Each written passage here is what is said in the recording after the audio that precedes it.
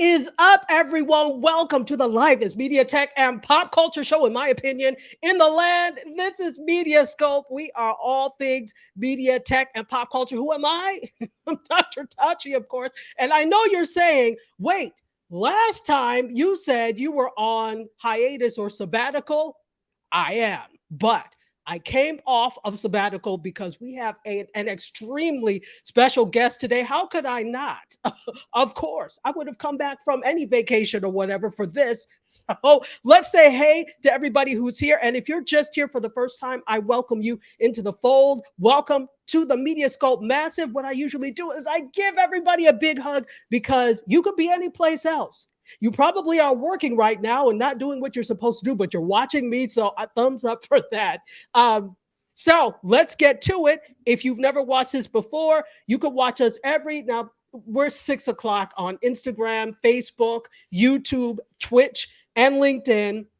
6 o'clock across the board because now Instagram is able to be part of this, and I am so thankful for that. And if you happen to be watching us on the tubing of the U, that would be YouTube, please make sure that you like and subscribe. You know, we're trying to build something over there. So let's say some hellos to some folks before we get to it. Shelly Shells is here over on the YouTube side. What's up, Shelly Shells? Happy Wednesday to you. And she said she's looking forward to an amazing show. It is going to be epic, my dear. And let's take a look. We can't pull up the comments on Instagram, so I'm going to have to read them. Randy, first of all, shout out to Randy because he is the reason that this interview is happening. It's all due to you, Randy. So I thank you so very much. So shout out to Randy. Diva Soulstar, welcome. Lala, how are you? And D Tuggle, what's up, D Tuggle? Our boots on the ground when the strike was on. Welcome. All Me Robinson, welcome. Bryson, how you doing? Lovey is here. Also fantastic records and film works. Hey, how are you?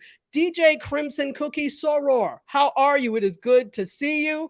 And I think I got ACB therapist Zoila, how are you? Bestie, what's up, sir? Good to see you. And After Dark with Johnny Ray, one of my favorites. Creed is here as well, and people keep piling in. So I'm saying hello to everybody, and hello, whatever you are. Oh, Marissa Tigney is here on my personal Facebook page. So thank you so much for being here.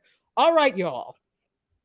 It is put in the chat how you're doing, put how the weather is. Let me know that you're doing okay because you know I actually care about all of that. And in the meantime, also remember, if you have questions for our very special guest, Stephen Hill, make sure that you put them in the chat. We will answer whatever. This is our conversation. It's not just an interview. It is a conversation. So make sure you put that in the chat. And without any further, Food Plane is here. He says Happy New Year, and he brought some cocktails. That's what I'm talking about. Hopefully our queen of food truckery will be here very soon.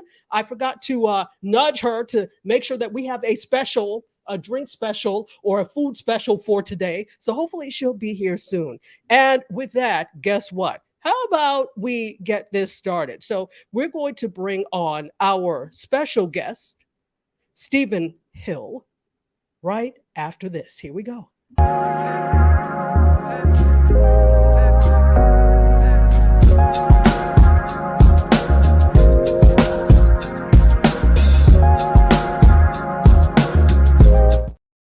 Sir, how are you? The beats are nice. Thank you. I like it. The song was pretty cool too. I like that song. And that song was actually, there's a rapper friend of mine that I have. I said, hey, could you make a song for MediaScope? And he's the type of person, he does a live, you put words on the screen and he just flows off of it. So he's absolutely amazing. Shout out to Fabe for our theme song. How are you though? Sing on the theme song. The theme song is dope. Thank you. Yeah. Well, Happy New Year to you. Happy New Year. Merry New Year.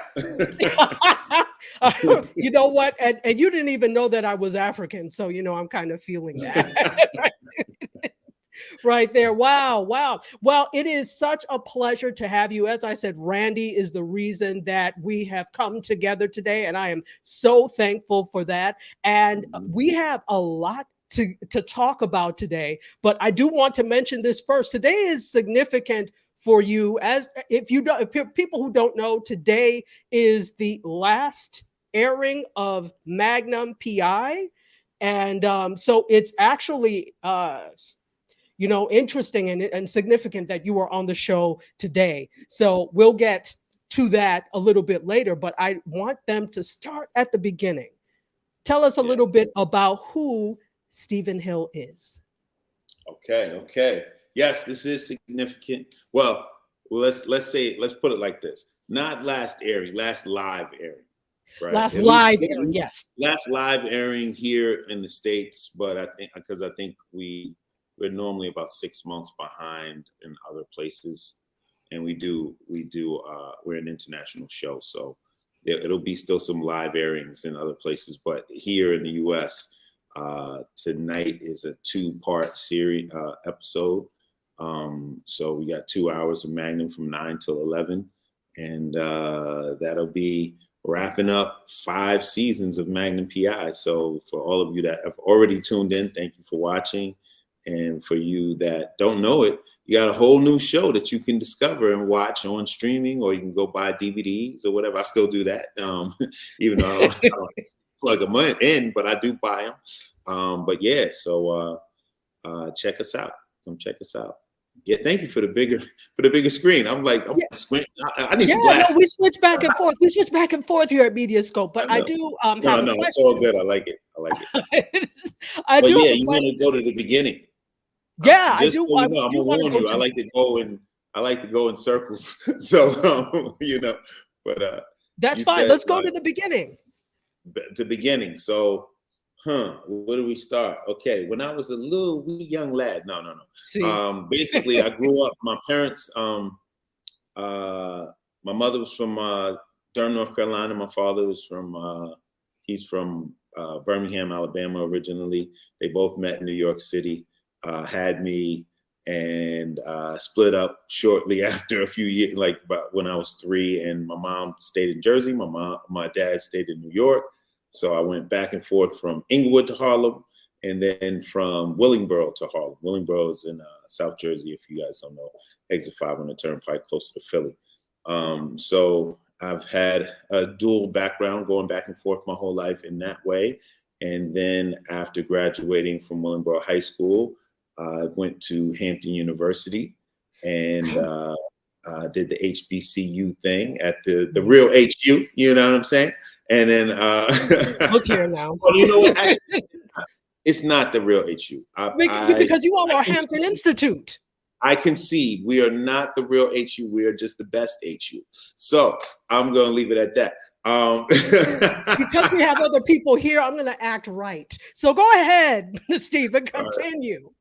So yeah, I went to Hampton, and at Hampton, I started doing a lot of modeling. I modeled for a gentleman named Ralph Reynolds. He had a clothing line called RP55 at the time. He's done Truck Fit. He's done these other clothing lines for rappers. Aku, I think it was. That was a T.I.'s thing, I think it was. And Truck Fit was Lil Wayne's clothing line. So he's done those things for a while, but I was one of the originators. I was one of the first models for RP55 while I was in school. And then I graduated and I started taking a couple of acting classes here and there. Didn't take it too seriously until my mother passed away. And I took it real serious and found this woman named Susan Batson, a homegirl, Kendra Reevy, AKA everybody knows in the industry as Binky, awesome choreographer. And now she's doing fashion styling. She told me I should take a class with at a place called Black Nexus, which ended up being with a woman named Susan Batson. And now Susan is my coach. She's Fantasia's coach. She's Oprah's coach. She's coached a lot of really good actors and actresses and singers. And now I'm here. I'm here on Magnum, and I'm here on The Color Purple. Yeah. Well, since there were a few things that you had in common when I said, wait, Fantasia, when Oprah, and you all have something in common. You were all in The Color Purple. Yes. Let's talk about that first. I mean, I want to go back Okay. and talk about some other things, but let's talk about that first. Obviously, that's the thing that's on everybody's tongue these days. Talk about how you got to be involved with The Color Purple. The cool thing is, for me, it was just a long time coming. It was people that I knew along the way. Blitz, I remember running into him all the time at Black film festivals. This is Blitz before he did Black is King for Beyonce and started to really make a name for himself. But, he's always been like a multi-hyphenate, extremely talented brother. He's a director, he's a rapper, he's a painter, he's an author. You know what I mean? He doesn't stop doing it. Like, he does whatever he has to do, but he does them well, which is awesome. And also a friend of mine, Destiny Lilly, is she's one of the casting directors, and she said, hey, there's I think I had already sent in my a tape and also headshot. I'm not really sure exactly how it went. Maybe she requested it, but either way, she said, hey, this guy's great for Buster. And, they actually hired a brother, and I really appreciate it. It's nice to be a small part of such a huge production. My version of Buster is slightly bigger than the original in the 80s film, but yeah, I'm happy to be here. So how did you bring what you knew of Buster in the original Color Purple to this role, and how did you shift it a bit, or how did you change it? One of my favorite moments on that set was there was a day when I had just been sitting in my trailer and just walking around for hours, and they never got to me. That happens on they might have to reshoot something. It can happen. You can be scheduled to be on a set and just wait around for 8 hours until they send you home, and you actually don't do anything. And it was one of those days. But Blitz, they said, hey, Blitz is looking for you. And I'm like, what? He's looking for me? What'd I do? Right? I'm thinking like, am I getting called to the principal's office? And then they said, no, he just wanted to talk to you. And I'm like, okay. I'm like, I hope they're not trying to cut my role or something, And then he knocked on my trailer door and he said, hey, man, I just want to apologize. We didn't get to your scene today. We're going to get to it tomorrow, something like that, he said. And we ended up talking for about 45 minutes. He used this whole lunch break just for us to talk about like the importance of the role and the importance of the film, and how we both used to see each other in New York City, how he used to sell mixtapes and, that sort of thing. And it was beautiful to sit there and kind of just reminisce with him, but at the same time, doing a Sankofa thing, as they say, right? Where we're reminiscing on the past, but we're also talking about the future of this film. Yes. And I read the novel, right? I went straight to Alice Walker's words, and the Buster character in the book is there's a lot more going on with him. He tries to break Sophia out of jail and all this kind of stuff. So I had brought some questions about the book to Blitz, and he said to me, yo, you're one of the only people that brought the actual source material to me. So I was proud of that. I was proud that the training that I had is, I still use it. And I was just proud to honor Alice Walker's words in that way. And I put it on screen. I put whatever I had on there, the small little bits. I threw in a couple ad libs too. That's what I do. Yeah. Absolutely. So what did you do to prepare for that? I mean, you've been acting, obviously, but that's a very particular role. What did you have to do to put yourself in the mindset to be able to play that role well? Well, you know, I'm gonna be honest. You know, I was on that set with Magnum PI getting canceled, and I was on that set with Magnum PI being picked up again. You know, Right. And what people don't tell you about in this business is, you know, everybody gets to see the end result, right? It's like going to a restaurant and you only see the plate when they come out, right? You don't Exactly. see the sweat that's going on in the kitchen. You don't see, oh man, my order of chicken wings didn't come in, and you know, all these people ordered chicken wings. We out of chicken wings. You know, you don't see when the hard work, right? You guys just get to see the finished product. And there's a bit of mental anguish that goes along with losing a show. You know, you're around the same people for 5 years, cast and crew, and then a show goes down. It feels like you're just like being pushed out of an airplane, so to speak. And the color purple allowed me to come in for a softer landing. But in getting prepared for it, I was already in a strange place mentally, where I was both like happy and sad at the same time. And I would just imagine that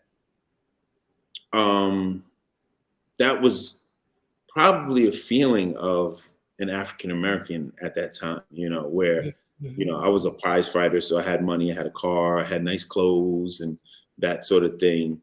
But you're still confined to this box where no matter how well you're doing, you still can't, you know, go into a specific store. You gotta kind of like shrink in the company of certain people, like you know, like they had to do in the actual film. So I think that being prepared for it was already there. You know, I just had to learn, you know where my lines were, know what I was in the scene, and really reading the book got me prepared for that. And then I worked out a lot. I was in pretty good shape then. I need to get back to that. You know, in pretty good shape. Wow. Wow. So what did you have to do to get in shape? I like to jump rope. You know, I go for walks. That takes a long time. That's like a really healthy way to do it. But I like to walk, and I like to jump rope. And then I always go to the gym. I don't lift heavy. I just, you know, just kind of get it in the gym. But it's really diet. That's my problem. I like to go to Jersey Mike's and get hoagies. Yeah. See, yeah, I can imagine that would be a problem. Yeah. So once I we're cut those going out, to, I'm back to Strong Steve. okay, come on now, Strong Steve. Strong Steve with the fresh haircut. So we just had a whole conversation. My barber hooked me up. Yeah, he lined up in it. You don't even see the chalk. Good for you. No chalk. No chalk. We just had a whole conversation about this offline, so that's why I'm bringing it up now. So, folks, if you are just joining, thank you so much for coming. You are here for a great conversation. My guest is Stephen Hill. He's done so much, but most recently, we probably know him very well for Magnum PI and The Color Purple. And if you have any questions that you would like to ask, please make sure that you do. We do have some questions, if you don't mind, because I like to take questions from the audience throughout. Is that okay? This is pretty cool. This is pretty cool. Yeah, I like this format. Well, thank you. You know, I try to do something, you know. Yeah.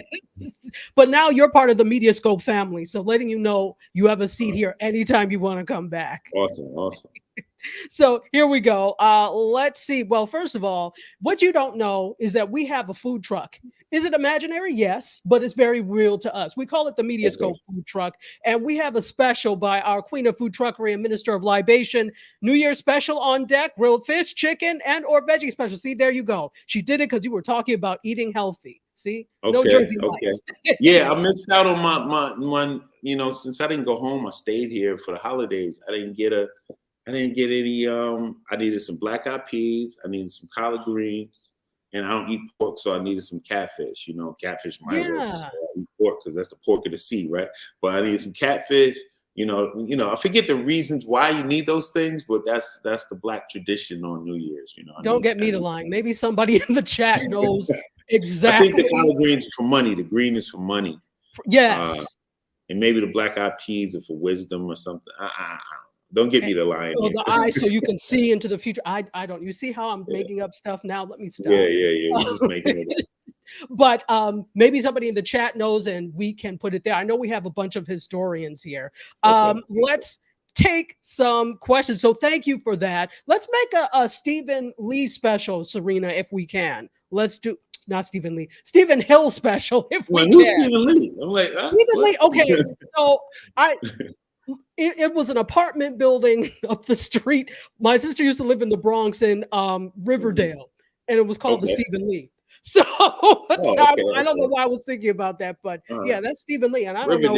I'm actually about to come back and shoot a film with a buddy of mine. He's from Riverdale. Really? Actually, yeah. There's a poster in here somewhere. I don't know how to get out of my own way. There it is. That poster right there. Yeah. He directed that film. A buddy of mine from Riverdale. Wonderful, wonderful. So you're going to be in. That's one of your upcoming projects, then. Yeah. I have a indie feature that I got another smaller role in, but it's cool. I get to come in and work for 4 days and then be done and come back to Hawaii. That's amazing. That's amazing. It's a blessing to work. That's amazing. Yep. Yes, it is. So let's see if we have a question. I know that DS, he is our resident question asker. No, it's not a word. I made it one. So the food plane, also known as DS, asked what inspired you to become an actor. I think I just did another interview before you guys, and he said, "Where did you begin?" And I said, "I think doing the moonwalk, actually. You know, I was the resident moonwalker in my house. You know, it was always like, boy, do it. Let me see you do something. Do the moonwalk. Do whatever. Do some push-ups. Do whatever." And I just was really enamored with television and movies in a way that was maybe a little more profound than I thought it was. You know, I would like act out stuff. And, you know, one time I remember me and this kid, we were going to fight, but instead of fighting, we prepared. Like we went and trained, and then for like a month. And then when it was time to fight, we didn't even fight because we didn't know what we were fighting for, you know, but that was from watching the Rocky movies. So I think I was always really inspired by movies, and then I ended up going that way because I didn't know what I wanted to be in life other than a director, because I was behind the camera. But then the modeling put me in front of the camera. Well, you know what? I thought you were getting ready to say that you all prepared for the fight and you ended up having a dance battle instead. Oh, no. That would have been cool too. Because I used to dance. Like, I was serious. I was the guy. Like when when you get the circle of dancers, you know, I was one of the guys in the middle, you know. And we had a rap group, some friends of mine. We had a rap group when we were in the 7th grade, and I was one of the dancers. So so next time you tell that story, I want you to say you had a dance battle in the end. Yeah. All right. There you go. I have to embellish that a little bit. Yes, I'm giving you permission to embellish it. Yeah. It was like a break dance kind of thing. Like, yes, exactly. And then that can be your next film. All right. Beat Street, bring it back. Beat Street,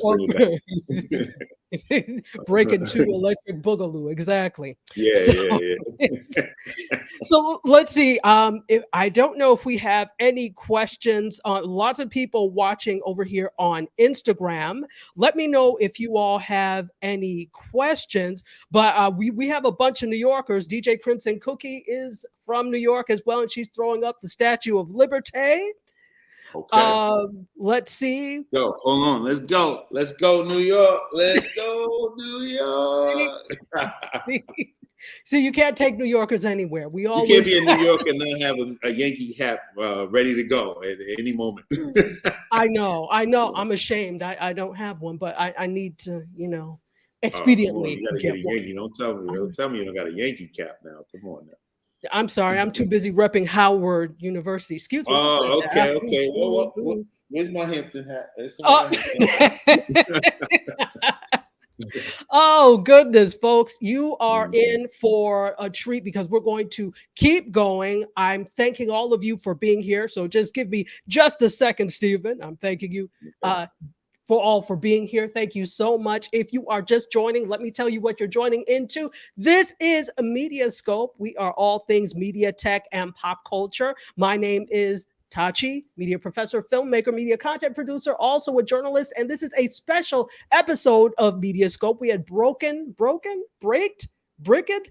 We went off for the holiday, and now we're back for one very special episode, and then I'll go back on hiatus again before we start up season 9. But that's me. And our special guest today is Stephen Hill, and we're going to keep having conversation with him. Thank you so much, everybody. Let me take a look again and see if we have. Okay, so DJ Crimson Cookie talking about on Instagram. I believe she's talking about The Color Purple, and she says she's seen it twice and she loves it.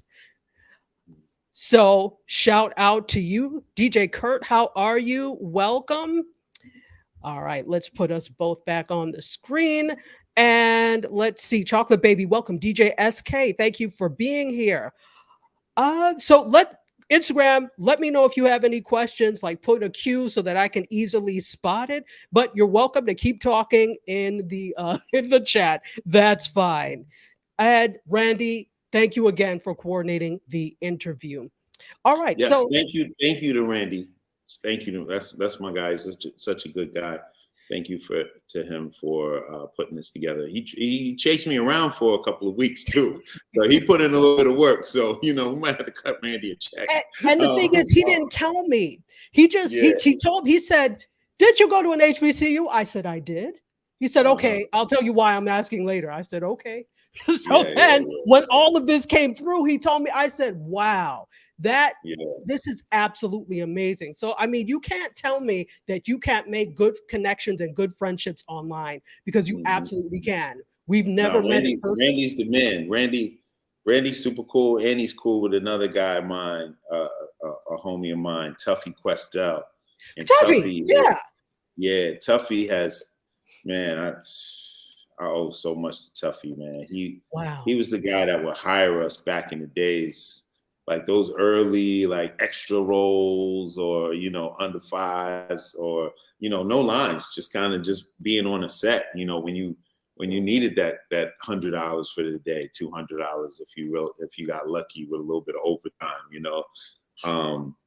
Tuffy looked out for that, and I really appreciate him. And he's a cool friend. He's a friend of Randy's as well. But I thank you for talking to me in the middle of your sabbatical. That's awesome. What kind of person would I be if I said, and anytime somebody wants to sit down and talk to me, I value the fact that somebody wants to do that. So thank you. No, absolutely. Well, I value you because there's someone of your stature. It would have been very easy for you to say no. You don't know who I am. You don't know what I do. So I really appreciate when anybody comes on the show, but especially when someone who really has a lot to do and a lot going on says they'll come on. I'm very appreciative. See, now nobody can tell me anything. You've been on the show. Hey, I got some things going on, but I'm no Denzel Washington. You know what I'm saying? Like, I'm cool. I'm a little bit more available.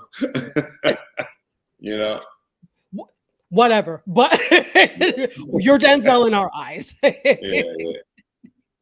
Fantastic. Let's see. So we've got a question from Bryson. Hey, Bryson. He says, what is it like working with Jay Hernandez? Jay, I like the way you put a little Jay Hernandez. You put a little. That's how you gotta speak Spanish. You gotta say it right. I haven't been home. I haven't heard that in a while. Jay, what is it like working with Jay Hernandez? You put a little. Me and Jay would laugh at that.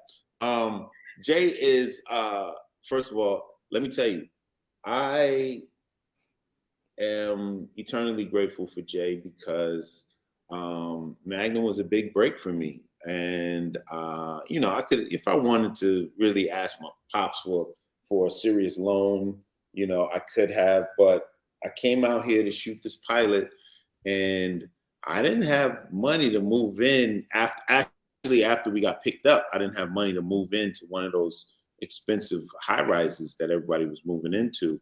And Jay had an extra room. Him and Zach Knighton, who plays Rick on the show, were roommates. So they had a 3-bedroom, and they let me stay in the guest room for a little bit until I can get that first paycheck. So we all got really close. Me, Jay, and Zach. And then Purdy, she started coming over too. And, when in New York or LA, you work on a set, you go home, right? You go, you could be in LA and somebody will go to Burbank, somebody else will go to East Hollywood, wherever anybody lives, somebody will be in the Valley, somebody will be, wherever. And, but here in Hawaii, you go from set back to, your home away from home in Hawaii. So we all lived in that same apartment. And then when I moved out, I still lived pretty much right around the corner from everybody. And we got close. You do a lot of barbecues, you have a lot of dinners together. Days off, we go surfing, we do all that kind of stuff. So I got, Jay's a friend of ours. He's a friend of mine, and when I'm in LA, I hit him up and we try to link up, and hopefully, we'll maybe do something here in Hawaii again soon. You never know. Interesting. So you've obviously been in Hawaii for how long have you been in Hawaii now?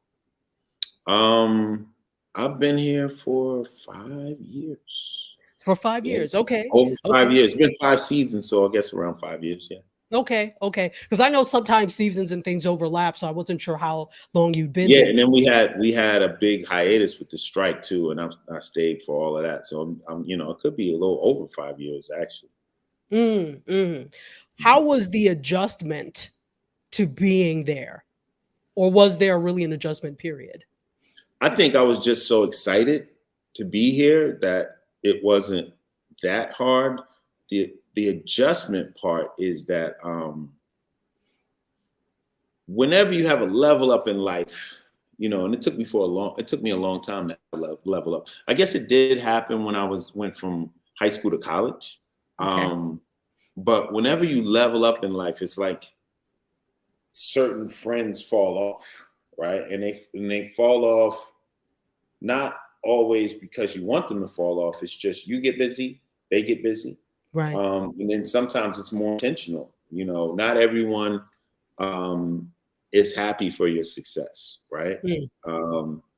They feel like they have an entitlement that they should be where you are. Why did his ship take off before my ship took off? That sort of thing. So that's the hardest adjustment.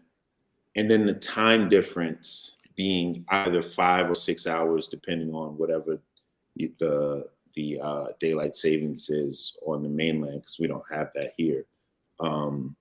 That gives you a small window to stay in contact with people, especially if you're on the East Coast. So that's a bit of an adjustment. You end up not talking to people as much. We have some more questions from our audience. So again, if you have questions, please put them in the chat. I am happy to answer. Jeff Johnson is here. What's up, Jeff? Ann Ellis, how are you? I see you. Mike Latona, who I went to high school with. Hello, Mike. And Christine Heyman, it is good to see you. Serena Lowe in the ATL, it is good to see you as well. Serena says, shout out to Tuffy. Yeah, Tuffy, if you happen to be watching, shout out to you, Tuffy. You're amazing. D asks, how was it working with Perdita Weeks and being directed by her? Purdy, it was great working with Purdy. I used to be afraid of working with Purdy a little bit when we first started. Why? Yeah, she talks so fast, and my character and just who I am, I talk much slower, more more kind of drawn out. And, you know, the way I even approach my work as an actor on the script is I don't want it to ever sound like I'm just like boom, boom, boom, boom, boom, boom, boom. Because then to me, it's like I'm not thinking. And when people talk, you think. But there's a thing where on television, you almost have to be really fast because you got to squeeze in so much into this little bit of time frame. So, but I'd rather have them cut that out as opposed to me doing it. You know, they cut some of the air out sometimes, but I like to have that gravitas of having the air. But her speed and her cadence is way faster than mine. So I used to be a little slightly intimidated by that. And then being directed by her, she was fast as well, you know. And I think it's because when you get your first opportunity to direct, there's something that we learn. And I learned just from watching all of them direct. And I was gonna try to put my feather in that directing cap, you know, once we got a season 6, but we ended up not getting a season 6. But watching them direct, you realize you have to make your days, right? Like you don't want to miss a scene and then you have to pick up another day or something like that because it gets pricey. And if you're not an established director in the industry, nobody wants to pay another $200,000 for you to pick up another day or another 100,000, 300,000, whatever it may be. So you end up really looking to complete your days. And we have some very ambitious days, like, you know, where we have, I think one day we had pretty like 14 pages on one day. That's incredible to give to a new director. So she was able to hold her composure and not lose it. And I think that's because she's always on set anyway. So it was awesome to be able to work with her. And it's just nice to have a woman director because they have a different sensibility about them. We'll talk about that for a minute. When you say different sensibility, what do you see are the primary differences between women directors and men directors? Well, I'm working on script for some stuff now, and I have I want to say he's my writer. I hate when I hear that, when people say my actor or my writer. You know, we're working on this as a collaboration, and the thing about working with him is it's another guy, right? So we got two guys, the input of two guys, right? And this world is not just, you know, contrary to popular belief by James Brown, you know, it's not just a man's world, right? It's you know, women are pretty much the anchor to everything. It's the reason why we do a lot of things. So I like to get a woman's perspective on things. And I just reached out to a buddy of mine, Kiara Jones, who I've been in almost all of her films. She went to NYU and she's a great filmmaker. And I had to send some stuff her way to get her input, you know, and hopefully have her in the writer's room if I get a green light on this thing. You know, it's great to always have a woman's perspective. I think so too. Thank you for co-signing on that. Fantastic. Okay, so we do have some more questions. Well, first of all, our query as to Black Eyed Peas, it has been answered. Okay. What's up? Black Eyed Peas are supposed to bring you luck, and Shanta says the same thing because we were sitting up here making all up. Well, I was making up stuff. What about? Because it's supposed to be pork, right? Black Eyed Peas, collard greens, maybe rice. I don't know. See, now you're adding in things. Who said rice? Yeah, I don't know if it's right, but it's definitely supposed to be pork, Black Eyed Peas, and collard greens. And okay, now we know Black Eyed Peas is good luck. So Black Eyed Peas, good luck. Greens are definitely money, I believe. That's the green. And then we got to figure out what the pork is. And I know the substitute for pork is the catfish. Okay. Right? Well, somebody who is knowledgeable, Miss Yeah. Elise would probably be the one to know. So, Miss Elise, if you're around, please put that in the chat. And I'm trying to catch the the comments. And over on Instagram, Bestie says congratulations to you for your role in The Color Purple. Oh man. So Uh, I'm so blessed to have that opportunity. So blessed. Yeah. Absolutely amazing. Okay, so before we go on, where were you when you heard that you got that role? What was I? At Jersey I think Mike's? I was on set. No. I wasn't on. I was on set on Magnum. And Okay, I okay. found out that I got that role, which was really cool. Mm. My, things work out the way they're supposed to, and I think one of the things that helped me get cast in that on Magnum, I had to shave. Right, we do these. I play a Marine on the show, Right, and TC. we have to shave whenever you wear dress blues, right? And so we try to get around it the first time. We were told that, like, you guys don't have to shave. Your special forces. You're no longer in the service. Blah, blah, blah, blah, blah, blah. There will be concessions made for you guys. You don't have to shave. So I said, okay. So I didn't shave because the viewer doesn't realize your hair. At least my hair doesn't. Zach's hair. He has a full beard in 3 days, but mine takes a good month to really come in. And so after you shave, it always happens this way. You got to go back and reshoot something else where you had a beard. So then they got to slap this fake beard on you. They've done a really good job at it because nobody's called it out. Nobody said, yo, that beard looks weird, So nobody could see the fake beard when it was on a few times. But yeah, I think I got the call when I was on Magnum, but I remember sending in a photo and saying, this is me. This is how I would look because it was shaved and I kept the mustache. So I had the little mustache and I was shaved and I got a little butt chin under here. So I think it made me look more like the character for The Color Purple, and I ended up getting the job. So That works. Cool beans. So Derek asks, what got you your SAG-AFTRA card? Ooh, it's weird. So I remember,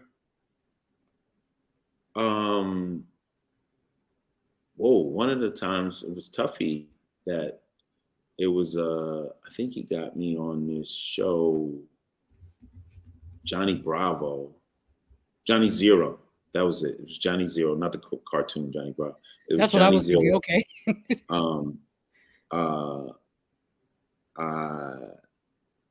I have a stepbrother that he put me on to that.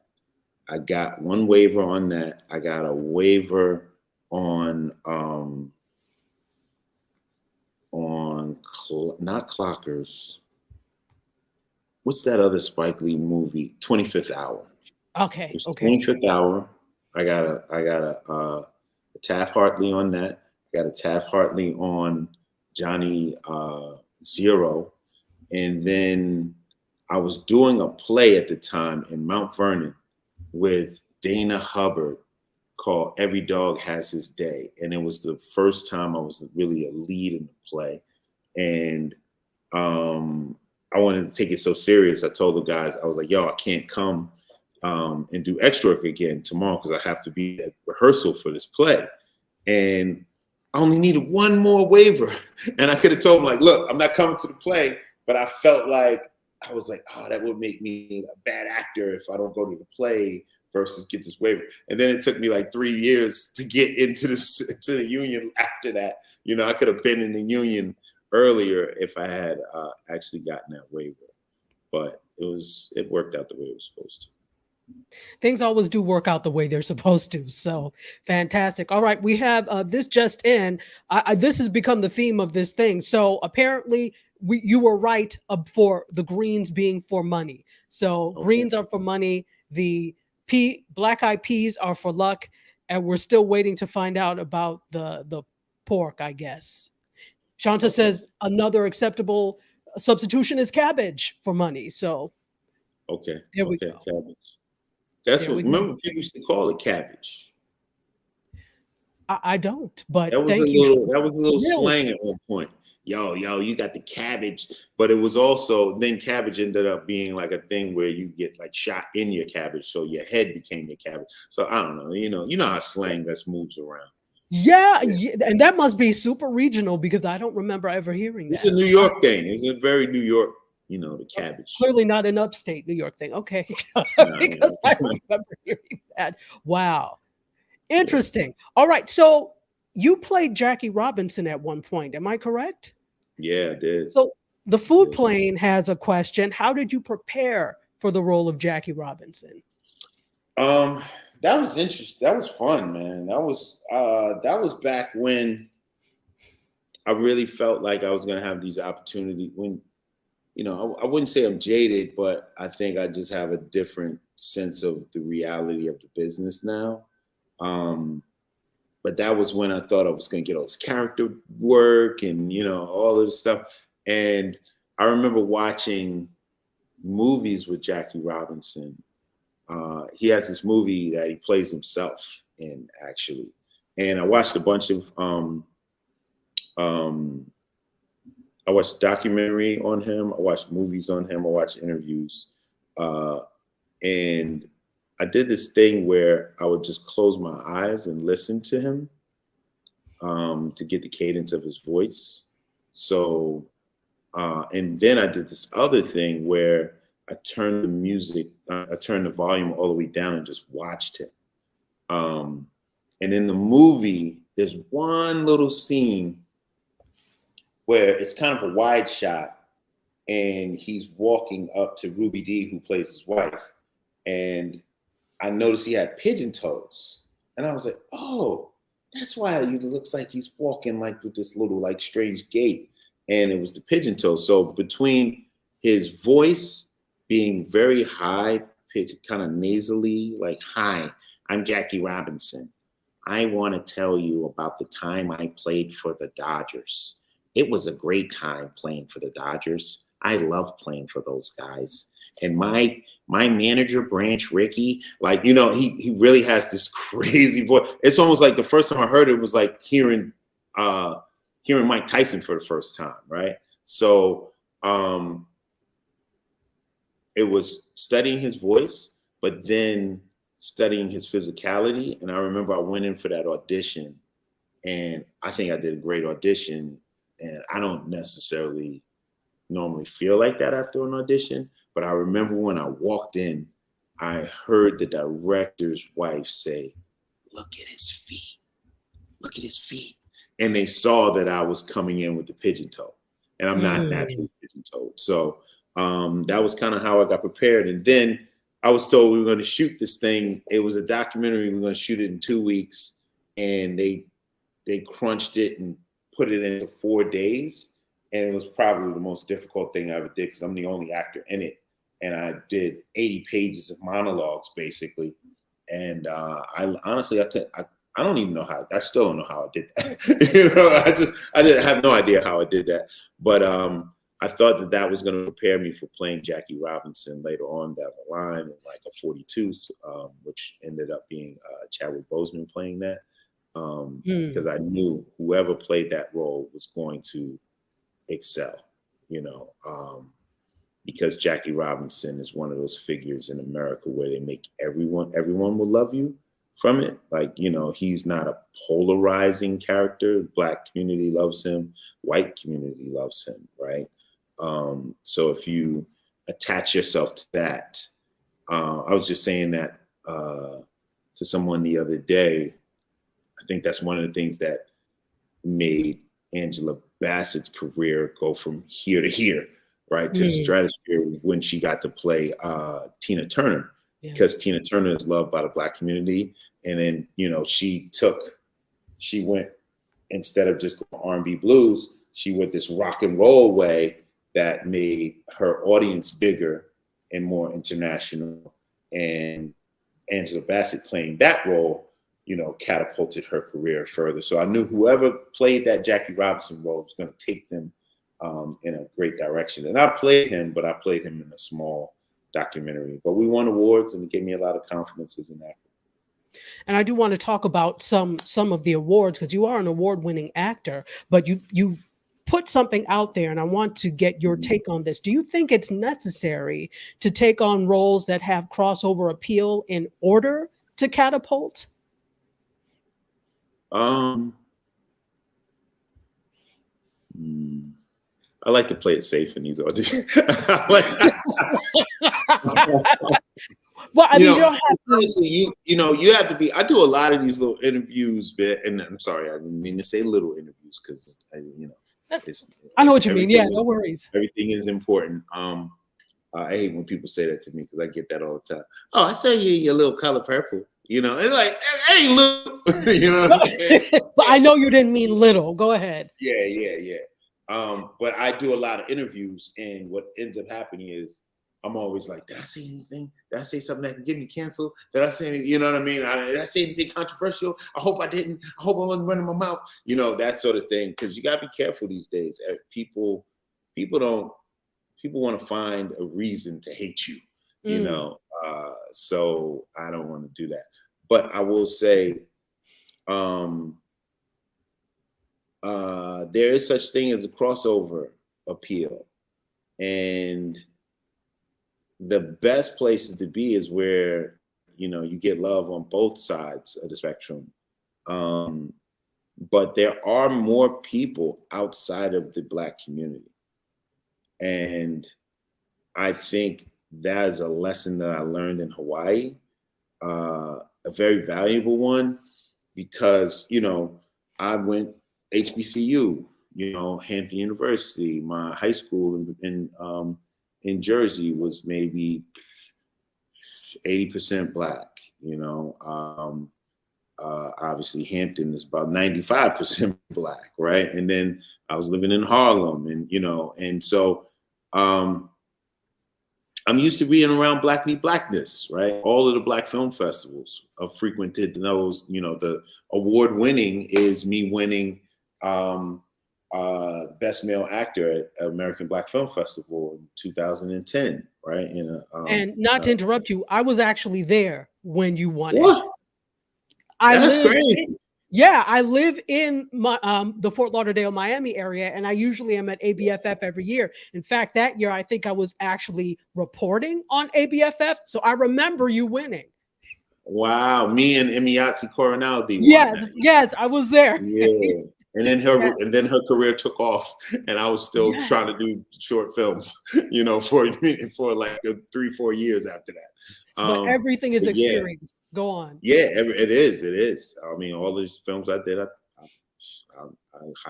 hold them in a very high regard, high esteem. But yeah, so hold on, I got off on a tangent. Where was that? Was me. I'm sorry.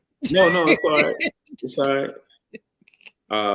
I was talking about so what I learned in Hawaii is the things that I thought were universal to everyone, because it's universal to me and my Black experience, are not universal across the board.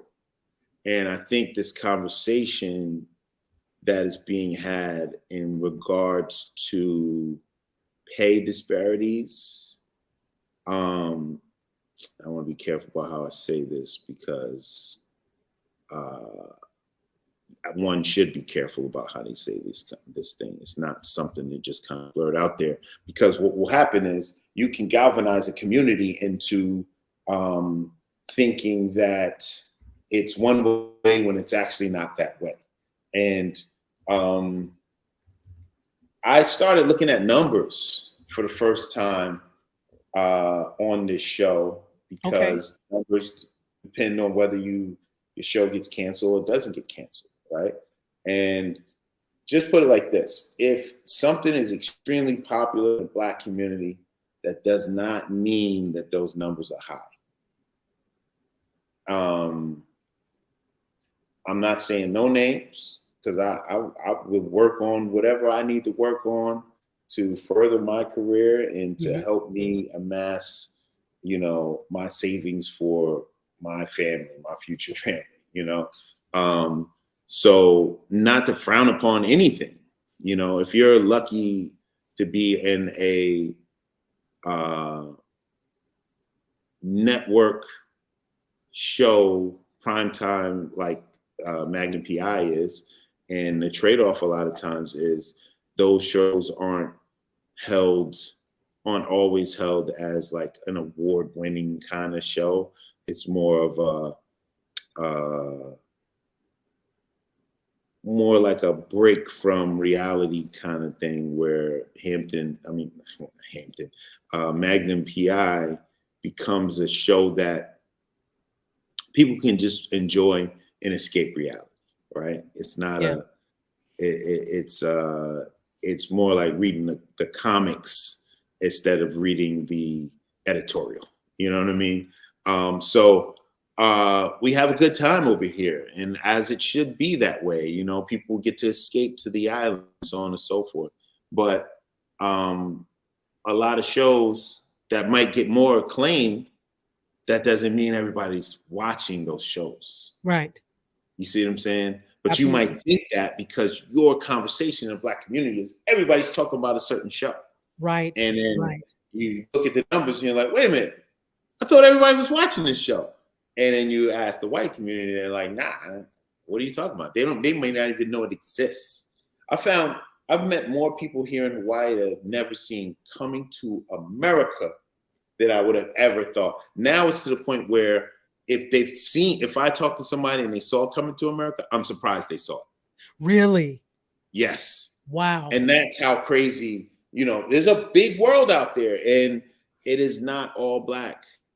You know, it'd be fun and interesting if more of it were Black, actually. And it is.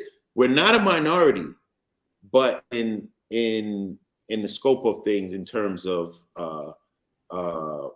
us being brown people all over the world, brown people are not the minority as they like to call us a minority. We are not. We are actually a majority of people on the planet. Correct. But in terms of our African American experience, we're not as big as we sometimes think we are. And that was a lesson that I had to learn. Absolutely. And like you said, if you are constantly surrounded by people that are just like you, of course you think that everybody knows X or everybody knows Y. But the reality is, I was highly offended when I was going to, because I actually did my graduate work at Howard. So when I told people I was going to Howard, they were like, where's that? I was like, you don't know where Howard University? Yeah. How dare you? Yeah. Although I still don't give a pass, but you know, they are in a very small bubble, just like a lot of us are. We are in small silos. The social media is not helping us. It's keeping us even in more of a bubble. Whereas, you know, before we had to find our information from the newspaper and magazines. We are not reading newspapers and magazines the way we used to. Correct. So now we're dependent on these algorithms that move us into these boxes very easily. And we're scrolling and we think that this is the world's reality. And it's actually our catered to and fictional, in a way, reality. And we have to be careful, or else we'll believe that that's actually what the world really is. And it's not. It's Absolutely. just not. Absolutely. Well, we have special guests in the audience. Guess who's here? Tuffy has peeked his head in. So what? Tuffy is in the audience. Oh man, let me find out. I know who.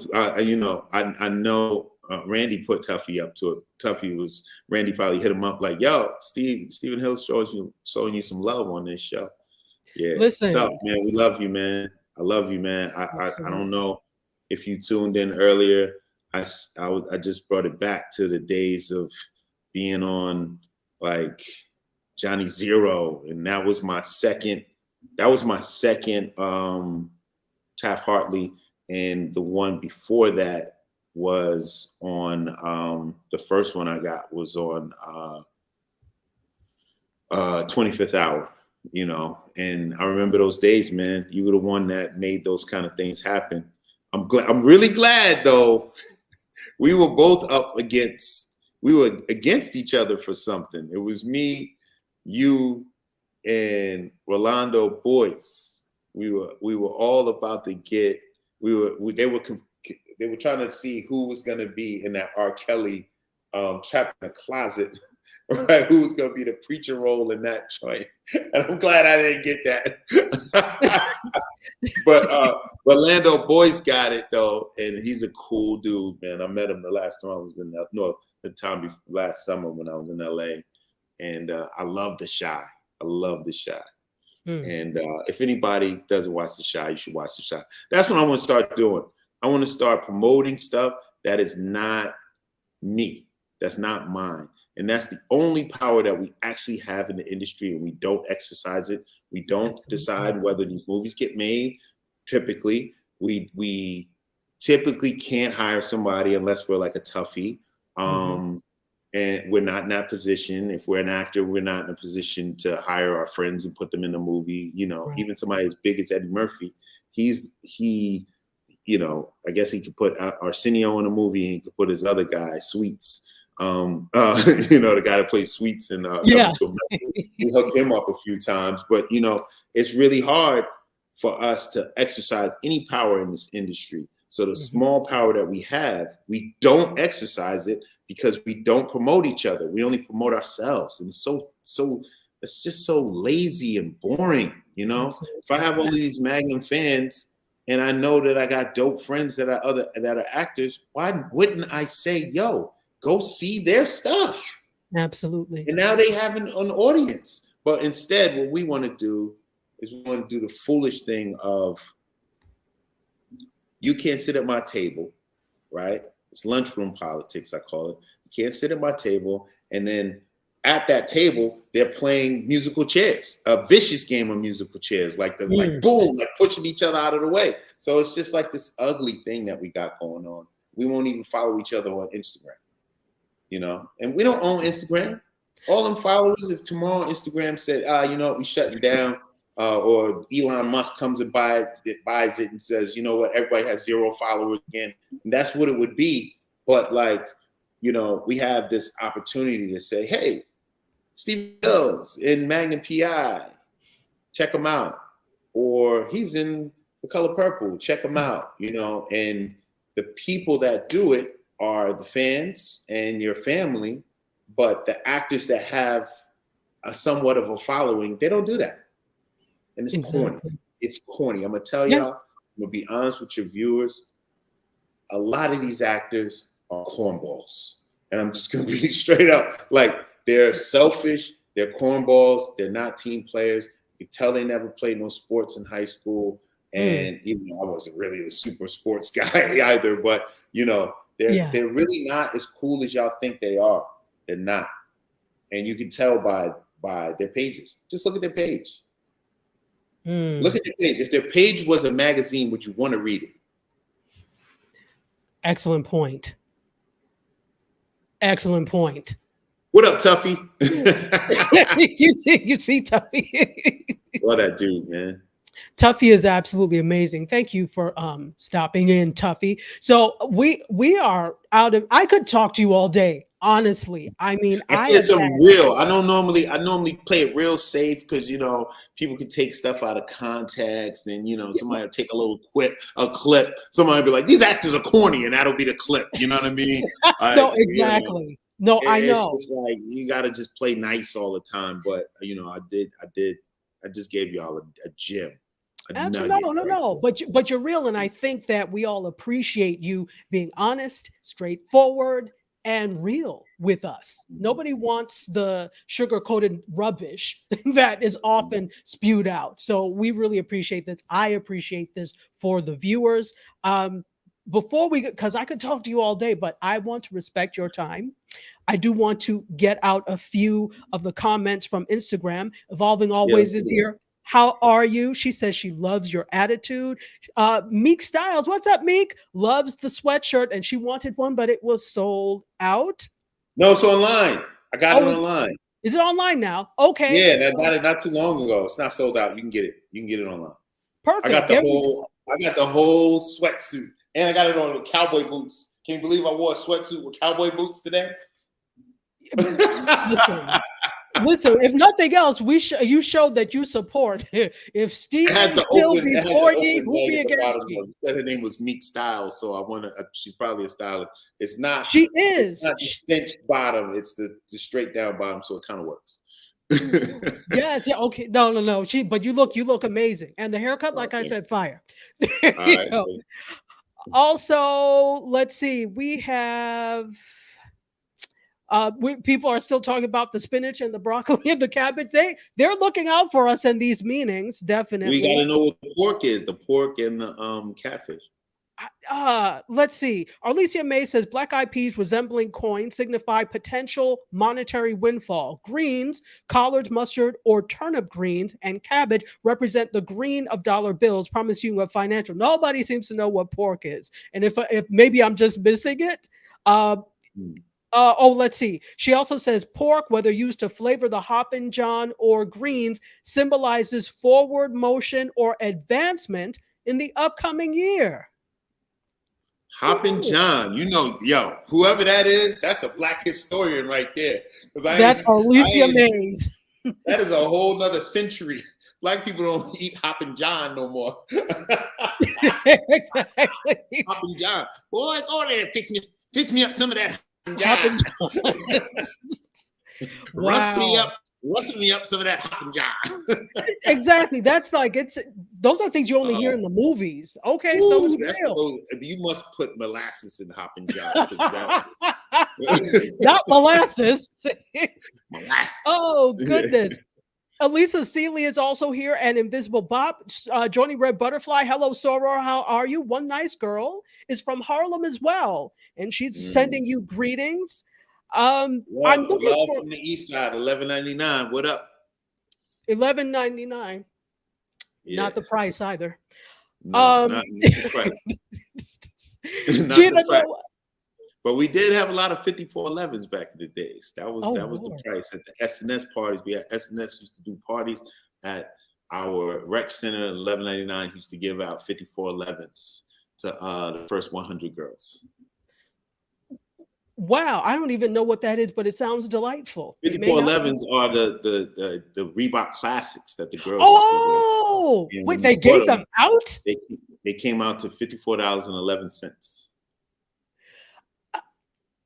Wow, and they were giving them out at clubs, you say? No, not at clubs. At SNS, DJ SNS used to have parties in my building at our recreation center on 109th and First Avenue, and he used to give out 5411s to the girls, to the first 100 girls. I think it was first 100 girls. Yeah. Wow. Yep. Wow. Well, look at you running. It seems like 100 is a lot. Maybe 50 girls. I don't know. Because I'm adding up the $54.11. Yeah. Okay. We used to film it for Video Music Box. Ralph McDaniels. Oh, wow. He used to come on. This is Ralph McDaniels, and we're at $11.99 Plaza. You know what I'm saying? It was kind of cool. Wow. Yeah. Those are some great memories. Fantastic. Yeah. I'm not seeing any. They said there's no question box so I'm not seeing. I know some of you probably had questions here. Let's take one last question, if you don't mind, and then I'll let you go. Not so good. Okay, well, I like to respect time, because if I ask you to come back, then you'll be like the last time. No, I'm having a good time. I'm having a good time. We can go a little bit longer, a little bit. Okay, well, this is going to be the last question. Let's see. Derek asked this, and I think this is important. Are there any current actors who are influential in your career? Roger E. Mosley was he was a mentor of mine, the original TC. He was very instrumental. He became my mentor while on this show, gave me a lot of insight, and gave me ideas for things moving forward. So very instrumental.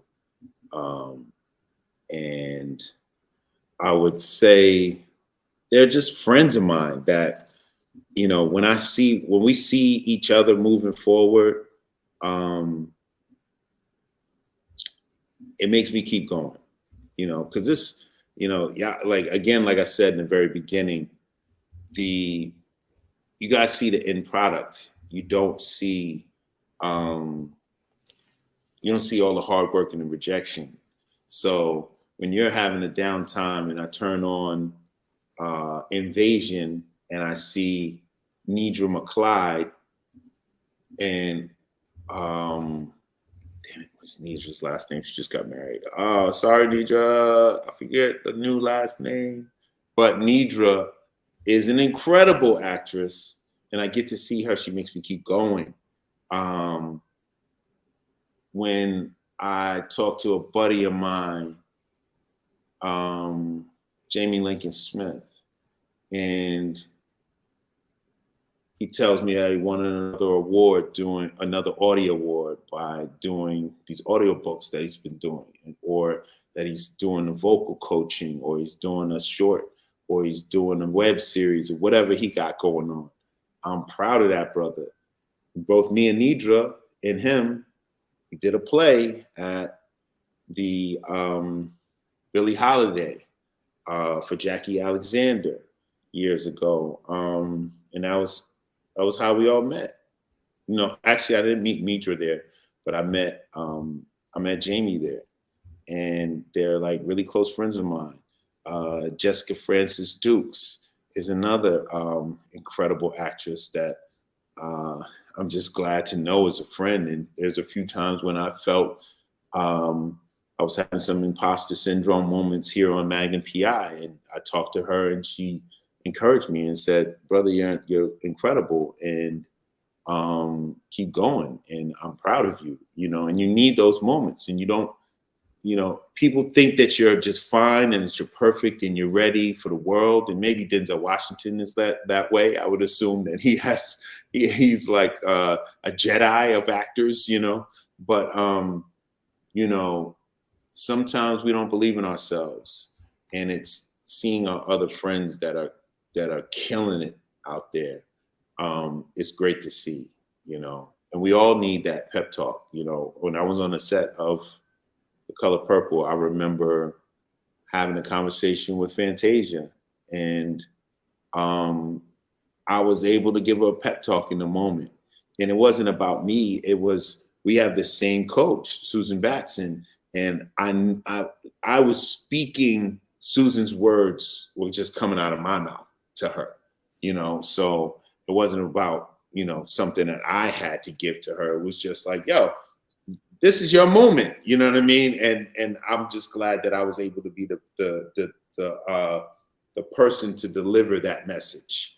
And those are just some of the influential actors, people that you guys don't necessarily know.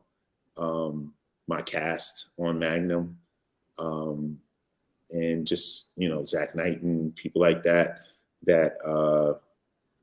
really help you move the ball forward. Yeah. Amazing, amazing. Well, I'm full. If this was a meal, I would be 100%. I gotta give shout out to Jamie Hector. Jamie Hector, he was in town shooting a movie, and we had long conversations about how we should and could support one another in this industry.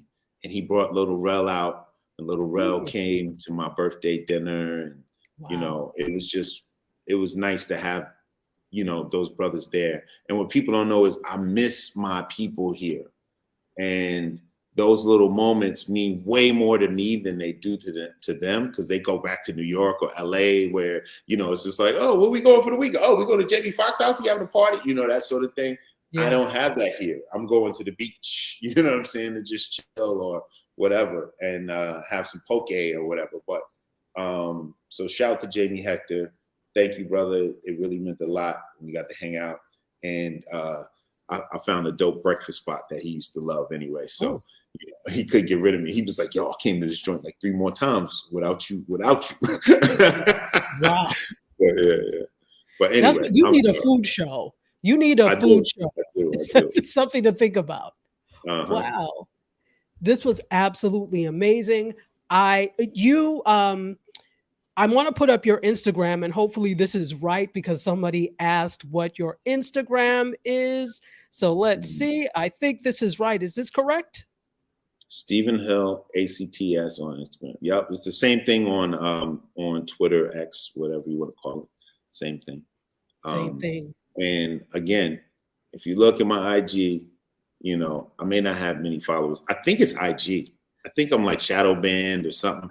I think they really suppress the amount of people that will follow you, unless dudes are just that thirsty for women that show breasts in TNA. You know what I mean? So I don't have that many followers. Based on being on a show that has millions of people, you know, it's all relative, you know. Yeah, follow me, you guys, if you would like. And I like to think that my page, if it were a magazine, it would be interesting. You know? It's hella interesting. I really enjoy it. And to the contrary, in my eyes, you have a lot of... I probably need to take all that stuff off so nobody. Oh, you missed your chance. You ain't gonna see. You ain't gonna see all of this stuff all this content I got on here. Oh, too bad. They put a book to come out one day. So, well, is that something that's coming up soon? Tell us really quickly what you have coming up now that, well, it's not ending because these shows actually live into infinity because you can watch them anytime. In perpetuity. Yes, exactly. Yeah. But what other projects, I should say, do you have coming up? I got a feature, indie feature that I'll be flying back to New York to shoot later this month with Eric Bronco.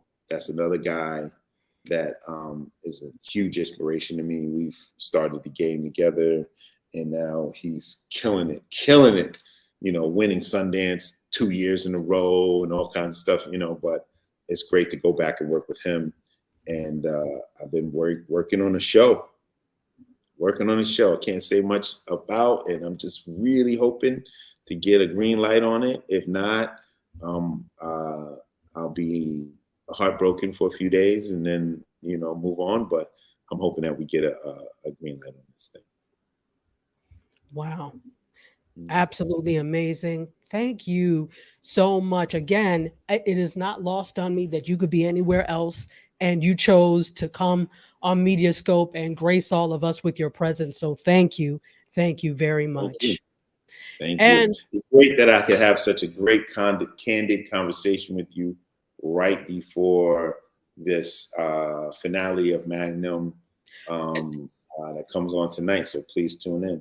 Check it out. Tune in tonight. Go see The Color Purple. Go see The Color Purple. I don't want to hear I don't like reboots and I don't like musicals and why they mess with Color Purple. That's you can't be messing with The Color Purple. That's my favorite movie. No, right. Go see The Color Purple, yo. Other people don't be like, oh, I'm not. They doing Romeo and Juliet again. I ain't going to see no Romeo and Juliet. They should have messed with that. Oh, you know that's go true. See it, yo. Go see it. You know what I'm saying? We need your viewership because trust me, I went to see The Color Purple on Christmas Day and it was absolutely nobody in the theater. Everybody was going to see Aquaman because Aquaman looks like them here. So they wanted to see Aquaman. And that's fine. But I also asked them, hey, do you know The Color Purple? Are you guys going to see that? And they were like, what's that? You know why? Because they're in their algorithm bubble and we're in ours. So we can't even fathom that these people, that somebody else wouldn't know what Color Purple is because they're in that bubble. And so we have to burst each other's bubbles and understand that there's a greater world out there. And so how are we going to expect somebody else to do it if we don't support it ourselves? So please go see The Color Purple, not just because I'm in it, because Blitzbaz Wule did it. And that brother is an amazing artist. He is like the Basquiat or whatever of our generation. Go see his work. If for nothing else, but then see Blitz's work. So please go see The Color Purple and tune in for Magnum PI tonight. Right. And that is tonight at 9 p.m. Eastern. So in just an hour and some, you'll be in. It's a 2-hour special, right? It goes from 9 to 11. Please watch. And Magnum is actually very good. I loved the original Magnum. So I was like, it was nothing for me to gravitate towards this. So I am excited about this, and I'm excited to see what else you do. Thank you so much. So guys, thank you. We're going to let you go. We have been here for a while now, and we thank you for hanging on. And so with that, we're going to do this. And I always end this way. I love you for watching. I bid you adieu. You guys, myself, Mr. Stephen Hill, and all of this great information, we're going to exit stage left. So so I'm not coming back till February, you all. So you're going to have to rewatch this until I come back. So Kappa's out there. You. Oh wait, are you a Kappa? Yeah, brand new. Well, I'm new to the bond. I'm only in maybe a month. I'm like a month into the bond. Wow. Well, congratulations. Yeah. Wonderful. Well, Crimson and Cream family. I'm a Delta. So. Oh, nice. Okay. Yeah, and we did have red carpets for the color purple. So see, we supported. The Delta show love. They show some love out here. There was a red carpet out here. Yes. The chapter out there. Absolutely. Yeah. So with that, this was enjoyable. Thank you so much. And I will see the rest of you all in February. Until next time, cheers. Close the doors, walk across the corridor. We got something to show you. Media is our repertoire. Fed up with the same news, no channel to use. Cruise control mentalities. Here we offer you.